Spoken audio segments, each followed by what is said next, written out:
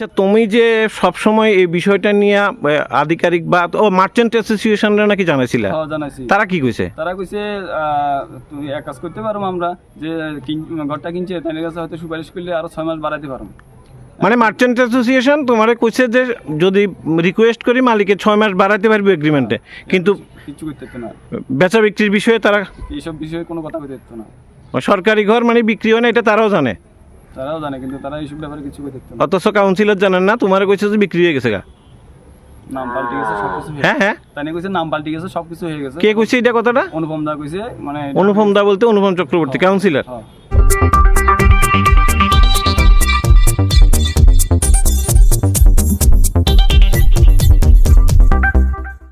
ভাইয়ের নাম কি কইছো?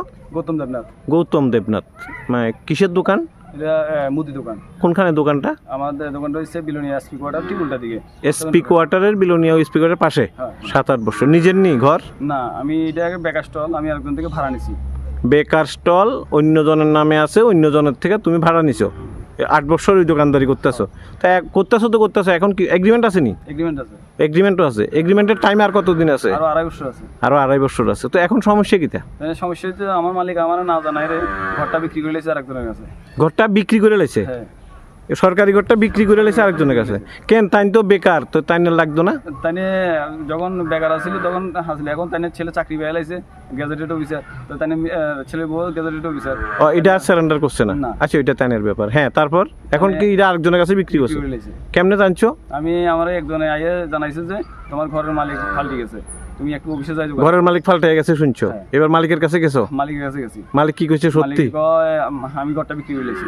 আমি কিছু আমার জানাইছেন নাকি লেগে কয়টা আমি বিক্রি করে লেছি। কত টাকা? প্রায় 4,10,000 টাকা। হ্যাঁ, এরপরে তুমি অফিসে গেছো না? আমি অফিসে গেছি। কোন অফিসে গেছো? বিএমসি তে গেছি। আচ্ছা, বিএমসি সিইওর সাথে কথা কইছি, তারপর চেয়ারম্যানের রুমে গেছি, এখানে গেছি। আর এখানে আরো লোকজন আছিল। চেয়ারম্যান সাহেবের রুমে গেছিলা? ওইখানে এখানে অনুপম দাদা আছিল, ওইখানে কাউন্সিলর। অনুপম দাদা বলতে ওই ওয়ার্ডের কাউন্সিলর? ওই ওয়ার্ডের কাউন্সিলর। আচ্ছা, তাই তো অবশ্যই জানবে বিষয়টা। হ্যাঁ, তাই কি কইছে? তাই কইছে এটা হয়ে গেছে। কি হয়ে গেছে? মানে বিক্রি হয়ে গেছে। বিক্রি হয়ে গেছে? ওইটা তাইনেও জানে বিক্রি হয়ে গেছে?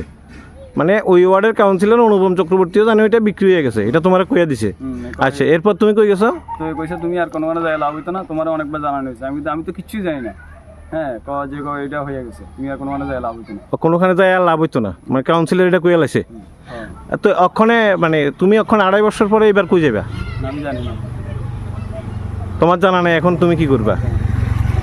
আচ্ছা, একটা সরকারি ঘর যে কিনা একটা বেকার স্বাবলম্বন হওয়ার জন্য যে সরকারি ঘরটা দেওয়া হয়, এটা আজকের দিনে বিক্রি বাট্টা হইতাছে, এটা তুমি কত দূর জানো? এটা তো বিক্রি হয় না। আমি যতটুকু জানি, যদি একটা বিপিএল কার্ডও থাকে, বিপিএল কার্ডটাও আমরা সিলিন্ডার করতে লাগে। কিন্তু তোমার তো চেয়ারম্যানের সামনে কাউন্সিলর সাহেব অলরেডি কইয়া দিছে যে বিক্রি হয়ে গেছে গা। হয়ে গেছে, নাম পাল্টে গেছে, সব হয়ে গেছে। নামও পাল্টে গেছে গা? বাহ, তাহলে আর কোনো এটা বোধহয় নতুন সিস্টেম হয়েছে বিক্রি করার। জানি না, এখনো তোমার জানা নাই এই বিষয়টা? না, আমরাও জানি না বিষয়টা। ঠিক আছে, আমরাও কর্তৃপক্ষের সাথে কথা কইছিলাম, জেনারেল নাকি মিটিং একটা হয়েছে। তো সামনের দিনে তুমি কি মানে কি আশা করতেছো? আমি চাই যাতে ঘরটা আমারে থাকে, না হলে আমি কি করে খাবো, আমার ফ্যামিলি কি করে চলবে? ফ্যামিলি নিয়ে বহুত প্রবলেম হয়ে গেছে। প্রবলেম হয়ে যাবে। কিন্তু সরকারি ঘরটা এখনো সেল হয়ে গেছে গা আরেকজনের কাছে 4,10,000 টাকায়, যেটা কখনো সম্ভব না। সেটা কোনো সম্ভব না।